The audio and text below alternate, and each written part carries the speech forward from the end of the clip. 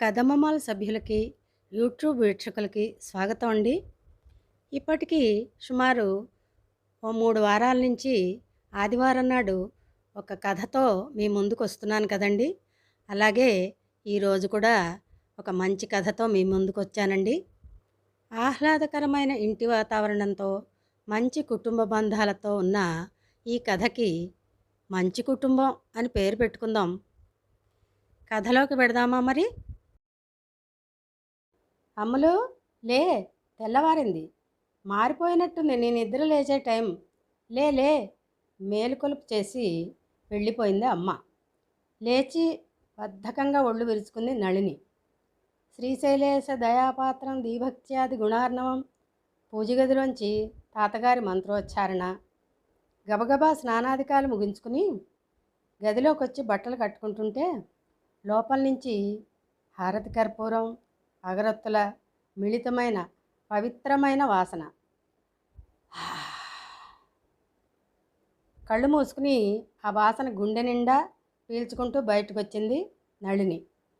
పూజ ముగించి అందరికీ తీర్థం ఇస్తున్నారు తాతగారు. ఈ మధ్యనే వచ్చిన ఉద్యోగరీత్యా హైదరాబాదులో ఉంటున్న నళినికి కొన్నాళ్ల తర్వాత ఈ వాసన, తీర్థం రుచి ప్రాణం లేచొచ్చింది. బడలిక తీరిందా తల్లి? తీర్థం ఇస్తూ అడిగారు తాతగారు ప్రేమగా. తల ఊపింది. ఈలోపు వంటింట్లోంచి ఘుమఘుమలు. నళినిని చూసి, నీకిష్టమని బెండకాయ కూట్, కందట్టు, మామిడి వరుగుల పప్పు, నిమ్మకాయ చారు చేశానే అన్నారు నాయనమ్మగారు కుంపటి ముందు కూర్చుని పప్పు కలియపెడుతూ. నళిని ఇంట్లో ఆధునిక వంట పాత్రలతో పాటు కుంపటి, ఇత్తడి గిన్నెలు, రోలు, రోకలి, పొత్రం, తిరగలి వంటివి కూడా వాడుకలో ఉన్నాయి. కుంపటిలో పాలు కాచడం, పప్పు వండడం లాంటివి చేస్తారు. పొద్దున పూట నాయనమ్మగారే వంట చేస్తుంటే అమ్మ బయట పనులు సవరించుకొని స్నానం చేసి వచ్చి వంట అయ్యాక అందరికీ భోజనాలు వడ్డిస్తుంది. చివరగా అత్తా కోడళ్ళు భోజనం చేశాక వంట ఇల్లంతా సర్ది బయటకు వస్తుంది. రాత్రిపూట అమ్మదే వంట పని. ఇది నళిని ఇంట్లో రొటీన్. మరునాడు రథసప్తమి. అమ్మ జిల్లేడాకులు తెప్పించింది పనమ్మాయి గౌరమ్మతో. జిల్లేడాకు నెత్తి మీద పెట్టుకుని తలస్నానం చేసి బయటకు వచ్చిన నళినికి యథావిధిగా పూజ, సుగంధ పరిమళం, వంటిల్లు ఘుమఘుమలు. టైం 11 గంటలు కావస్తోంది. నళినికి ఒక్కసారిగా హైదరాబాదులో తనున్న ఇల్లు, పరిసరాలు వగైరా గుర్తుకొచ్చాయి. కొత్తల్లో హాస్టల్లో చేరిన నళినికి ఫుడ్ పడలేదు.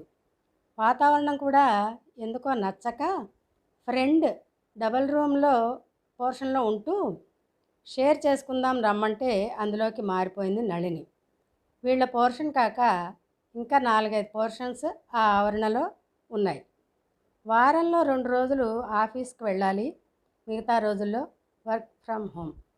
ఉదయం 11 గంటల వేళప్పుడు అక్కడి వాతావరణం స్కూళ్ళకి, ఆఫీసులకి ఇంట్లో వాళ్ళని పంపేశాక మగవాళ్ళని, పిల్లల్ని అప్పుడు తీరుబడిగా నోట్లో బ్రష్ చేసుకుని బాతాఖానీతో కొంతమంది, నిద్ర మంచం మించి లేచిన నైటీలతోటే కొంతమంది, కూరగాయల బండి దగ్గర బేరాలాడుతూ నైటీలతో కొంతమంది, గుమ్మాల్లో కూర్చుని కబుర్లతో కాలక్షేపం చేస్తూ. అప్పటికి ఎవ్వరివి స్నానాలు అవ్వవు. ఎప్పుడో చిన్నగా పని ముగించుకుని 12 దాటాకే స్నానాలు. అదేమంటే పొద్దున్నే పని హడావుడి అంటారు. సిటీ లైఫ్ తెల్లారిన దగ్గర నుంచి పరుగులు ఉరుకులుగా ఉండే మాట నిజమే అయినా తలుచుకుంటే ముందుగా ఒక్క 10 నిమిషాలు స్నానానికి కేటాయించి శుభ్రమైన బట్టలు కట్టుకుని వంట పని చేసుకోలేమా? వాళ్లతో అప్పుడప్పుడు ఆర్గ్యూ చేస్తూ ఉంటుంది కలుపుగోలుగా ఉండే నళిని చనువుగా. నువ్వెంత ఉద్యోగం చేస్తున్నా చిన్నపిల్లవే, నీకేం తెలుసు మా హడావిడి? సరే కానీ ఈసారి మీ ఇంటికి వెళ్ళినప్పుడు నాయనమ్మగారు చేసిన వంకాయ ఊరగాయ తెచ్చిపెట్టాలి, నాకు చాలా నచ్చింది కాంచన డిమాండ్. అమ్మ పెట్టిన మాగాయ బాగుంది, కొంచెం తెచ్చిపెట్టవు? కాంతం అభ్యర్థన. అక్కడి వాతావరణం అంతా ఆ రకంగా ఉంటుంది. సరే, ఆదివారం నాడు భోజనం అయ్యాక మళ్ళీ హైదరాబాద్ బయలుదేరింది నళిని.